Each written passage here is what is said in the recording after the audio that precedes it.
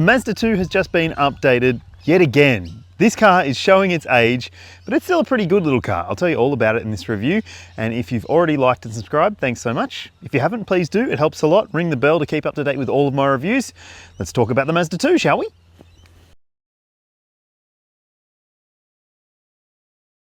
Prices for the Mazda 2 range have increased over the years, and it now starts well above 20 grand. Like, the whole segment has shifted up, but it is pretty pricey these days, considering this is a very old car. This generation came out in 2015. I was at the launch of it, believe it or not. So yeah, we're talking 8-9 years now. So it's not necessarily the freshest thing, but it has seen some price increases. Now let's talk about the entry-level model. It's called the G15 Pure. G15 just stands for the engine under the bonnet, a gasoline 1.5 litre. They all have that engine, so no real difference there. But the Pure spec does have the choice of a 6-speed manual, which is more affordable, or a 6-speed automatic, and you can have it as a hatchback or a sedan if you wish. It does come pretty well equipped. You get auto LED lights, you also get auto wipers, alloy wheels. On the inside, you get a 7-inch infotainment screen with Apple CarPlay and Android Auto. You've also got digital radio, a 6-speaker stereo system, 2 USB ports, and it doesn't cheap out with a plastic wheel either. You get a leather-wrapped tiller and shifter and handbrake, and you also get push-button start, but you don't get keyless unlocking, so you still have to get the key out and press the button on it. And that means hunting through your handbag or your backpack or your pockets or whatever. So not ideal, that. Up from there is the Pure SP grade. It's an automatic hatchback only, and it comes basically with a black pack. So you get different 16-inch black alloy wheels, you get a carbon fiber look roof, and you also get a chrome exhaust tip and black mirror caps. And then there's the Evolve Auto hatchback, which adds different 16-inch wheels, a black mesh style grille, LED daytime running lights, you don't get them on the lower grades, climate control air conditioning, an auto dimming rearview mirror, color head-up display, sat-nav, red interior stitching, and traffic sign recognition. So that spec, the Evolve Auto hatchback, could be a really sweet spot in this range, I think. Then there's this one here, which is the GT. Now you can get it as an auto sedan or hatchback. It also comes with keyless entry, the actual button on the door so you can unlock the car. And you've got black leather and suede upholstery with red highlights, front parking sensors, surround view camera, and a few other things as well. When it comes to safety spec, we'll talk about it in a bit more detail later on, but let's first talk about the best alternatives to the Mazda 2. If you've got just a little bit more budget to play with, then maybe you should be checking out the Volkswagen Polo. It comes in at around $29,000 before on-road costs. Look, that is a bit more money, but it is a slightly bigger car inside, and it does have a whole lot more refinement and luxuriousness compared to this car, in my opinion at least. You've got a turbocharged petrol engine as standard as well, so it does have more zest and oomph too. I like the way it drives more as well. So I'd be choosing a Polo over this any day, personally. Another car you might also want to take a look at is the Suzuki Swift. The Swift is just about to be updated with a new generation model, but the current generation version in 2024, at the start of the year at least, is still a very, very good little car. I would again recommend that you choose one of the versions with the turbocharged petrol engine. The existing 1.4 litre is okay, but the turbo 1 litre is a really, really lovely little thing, and it drives really nicely too. And finally, you might want to check out the Toyota Yaris, which comes with the choice of a petrol engine or hybrid powertrain, petrol electric. And no matter which version of the Yaris you choose, it is super duper efficient. It's fun to drive, just a little bit lacking when it comes to refinement. And look, the looks aren't for everyone. So I reckon those three are pretty good options. And surprisingly, there are some new options coming in 2024 as well, including a fully all new MG3 with hybrid as well. So stay tuned for my review of that. And yeah, tell me what you think in the comments. Unlike some of the rivals that I've mentioned, this car does come with the choice of a hatchback or a sedan. Now, the hatchback is just under 4.1 meters long, so it's properly little, and I'll show you what that means for backseat space in a sec. But there's also a sedan model, which is almost 4.4 meters long, and that does mean that you do get a fair bit more boot space. Now, speaking of the boot, let's take a look in the back of the hatchback and see if it's big enough. I'm actually pretty impressed by the size of this boot in the Mazda 2 because it is big enough to fit a pram, a smaller one, maybe even some luggage alongside a pram, or a big boot full of shopping. Now, keep in mind that there are no shopping bag hooks to actually secure things in place in the back of this car, but you do get a light, and you've got a space saver spare wheel under the boot floor in every version of the Mazda 2. But if you need even more space, then you have to buy the Mazda 2 sedan, which has a much bigger boot capacity. And while it might not look as good, it does make a more practical option if you are still after a very small car but want a bit more boot space. In fact, it offers more boot space than the CX-3 SUV and the Mazda 3 hatchback, so the sedan could be the right one for you. If you were expecting big changes for the interior of the Mazda 2 when it came to this update, well, you're going to be a little bit disappointed, because while there are some trim adjustments to this model lineup in terms of the finishes used, it's still the same sort of layout, the same dashboard, and the same tiny little media screen that we've seen for years now. And it is feeling a little bit dated as a result of that. At least the screen is a touch screen when you're in park or stopped, but it turns into a non-touch screen when you're driving. There's a little controller down here so you can make adjustments while you are driving. I don't mind that. You do get used to it pretty quickly. And even if you are using Apple CarPlay or Android Auto, you can jump between different menus like your Google Maps or whatever it may be, or your music, and even there's a home button down there too. So using that is actually pretty simple, and I actually find that while it might not be as intuitive when you first get in the car, it can be pretty intuitive if you spend a bit of time in the car. Now, thankfully you do get manual controls down here for your climate control.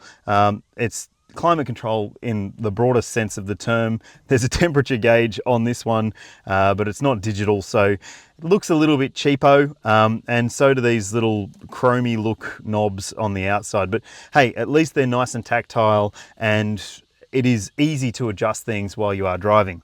You've got a manual handbrake. You don't have a center console bin in any grade of this car, which is really surprising. I'm sure you could find one on Alibaba or Temu or something like that if you want one. But you do get cup holders there, a little storage tray, and you've also got a storage tray in front of the shifter, a couple of USB ports there as well, a 12 volt, and you've got a glove box, which is actually a decent size for the size of the car. You've got bottle holders in the doors, and like I said, you've got this different seat trim. I think it looks pretty good, and these are pretty comfortable seats. They need to be pretty comfortable because the ride's not fantastic. I'll tell you about that in a sec. But I also like the fact that you've got a nice leather steering wheel in every version of this car. There's pretty logical button layout here as well, and you do get a head-up display on this spec too. So that does add something to the wow factor, although it is a bit of a cheapo looking head-up display by modern standards. Hey, let's check out the backseat space.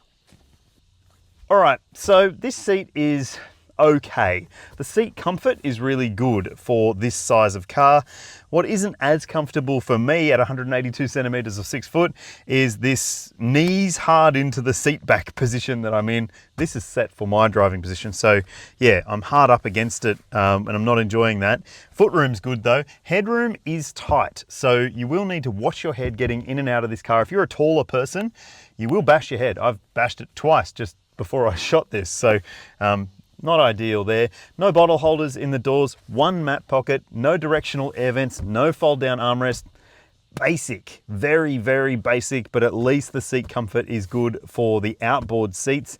The middle seat, not so much. You've got ISOFIX points in the window seats and 3 top tether points as well if you do want to put kids in the back. And at least the airflow will be pretty good if you do that, because yeah, it's a small cabin, very small. 4 cylinders of fury. Not really. Under the bonnet, you've got a 1.5 litre 4-cylinder non-turbocharged petrol engine, and the choice of either a 6-speed manual, which has a slight, very slight power and torque advantage over the automatic, which is also a 6-speed, and the auto is the one that the majority of people buy because, well, autos are easier to live with. Or are they? I'll tell you about that in a sec. Now, just like all other cars in this class, this car is front-wheel drive. So, is it good to drive? First thing that stands out to me, it's quite noisy in here. And I'm not just talking about the amount of engine noise, because there's plenty of that.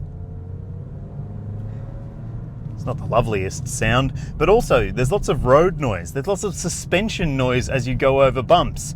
And there's wind noise to contend with as well at higher speeds. So this is not a serene drive experience by any stretch of the imagination. Some people might like that. Some people like to be, I guess, intact with the experience that they're having while they're driving.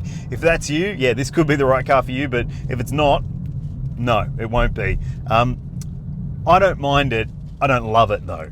So I will say that it is a very tight feeling little car. So it feels very, I guess, firm and bumpy at times. So you don't necessarily ever get a cushy or comfortable experience over bumpy sections of road. And if you live in a city and there are lots of bumpy sections where you live, it might not be the ideal companion for your life. But look, I'll go over a bumpy section now to give you a bit of an illustration of what I'm talking about. You can probably tell it just from the vibration through the screen. Yep, yeah, it doesn't miss bumps. It sort of throws everything into the cabin. The Mazda mindset seems to be that you should feel what's happening underneath you. I prefer to be a little bit more removed from what's happening where the wheels touch the ground, but I guess that's not Jinba Itai, which is horse and rider as one. That's their mantra, I guess, for their cars. I just wish it was just a little bit more comfortable, because it can be a little bit uncomfortable over sharp-edged bumps, and you'll find plenty of those wherever you drive because this car picks up on a lot of them. But I guess the plus side of the Mazda 2 is the handling of it. It is a better driving car than some of the other small hatchbacks out there in terms of the steering and the way that it controls itself through corners, and it is pretty fun. It's a little car. Little cars should feel zippy, I reckon, but this car doesn't unless you put it into sport mode. Just flick that switch and you get a bit more, I guess, assertiveness from the powertrain, but it's still not nearly as enjoyable to drive as some of the turbocharged options out there in this segment. And look, I find that noise of this engine is just a little bit grating. At least, however, if you are in sport mode, the 6-speed automatic transmission will hang on to gears for you so you can get as much out of this engine as you possibly can. If you're not in sport mode, you will find that the auto transmission, it's okay, but it's not amazing. All in all, I think this drive experience is adequate, but it certainly isn't exceptional, and it certainly doesn't feel as enjoyable to me and to my tastes as a Volkswagen Polo or Suzuki Swift or even a Toyota Yaris. That's why I recommended them as the best alternatives to this. Okay, let's talk about fuel consumption. So there are two different figures you need to keep in mind. If you choose the manual, it has a slightly higher fuel consumption figure of 5.4 litres per 100 Ks. And if you choose the auto, the claimed number is 5 litres per 100. So if you can achieve that, you'll be doing very well. You'll see on screen now what I've achieved over a week of testing this car, a little bit higher than 5 litres per 100 Ks. Showing you the age of this generation Mazda 2, its 5-star ANCAP safety rating from 2015 has now expired. So it doesn't have an applicable safety rating, but it does have a fairly decent list of standard equipment when it comes to safety gear. You've got autonomous emergency braking front and rear, so it will auto brake the car if it thinks you're going to reverse into something. There's also lane keeping assistance. You've got blind spot monitoring, rear cross traffic alert, a reversing camera and rear parking sensors as standard as well. Now, if you choose the Evolve grade, you also get traffic sign recognition. And if you choose this GT top spec model, you get a surround view camera. And the GT grade also gets front parking sensors as well, and adaptive cruise control, which is really handy if you are going to be doing a lot of open road commuting. Now, when it comes to airbags, you've got dual front side, and full length curtain coverage for a total of 6. If you buy a Mazda 2, you'll get a 5-year unlimited kilometre warranty, and there's also 5 years of roadside assist included. Now, when it comes to servicing, the intervals are every 12 months or 15,000 Ks, which is good, and there's a 5-year, 75,000 kilometre cap price servicing plan. You'll see the average cost over that plan on your screen now, and that's pretty good for a little car like this, relatively economical to maintain. But the other big thing with owning a Mazda 2 is that the resale values tend to be really good. As a first car, or maybe a last car, or just a runaround car for the family, the Mazda 2 does seem to make quite a bit of sense. Although the pricing's now higher, it's not feeling very modern on the inside, and that engine is a bit gutless. But tell me what you think in the comments section below. Would you pick a Mazda 2? Do you own one of these current generation models? And what do you think of it if you do? Please do like and subscribe if you haven't already, and if you have, thanks again. It helps a lot, and share this video with anyone who you think is looking for a little car like this. All right, thanks for watching. I'll see you in the next one.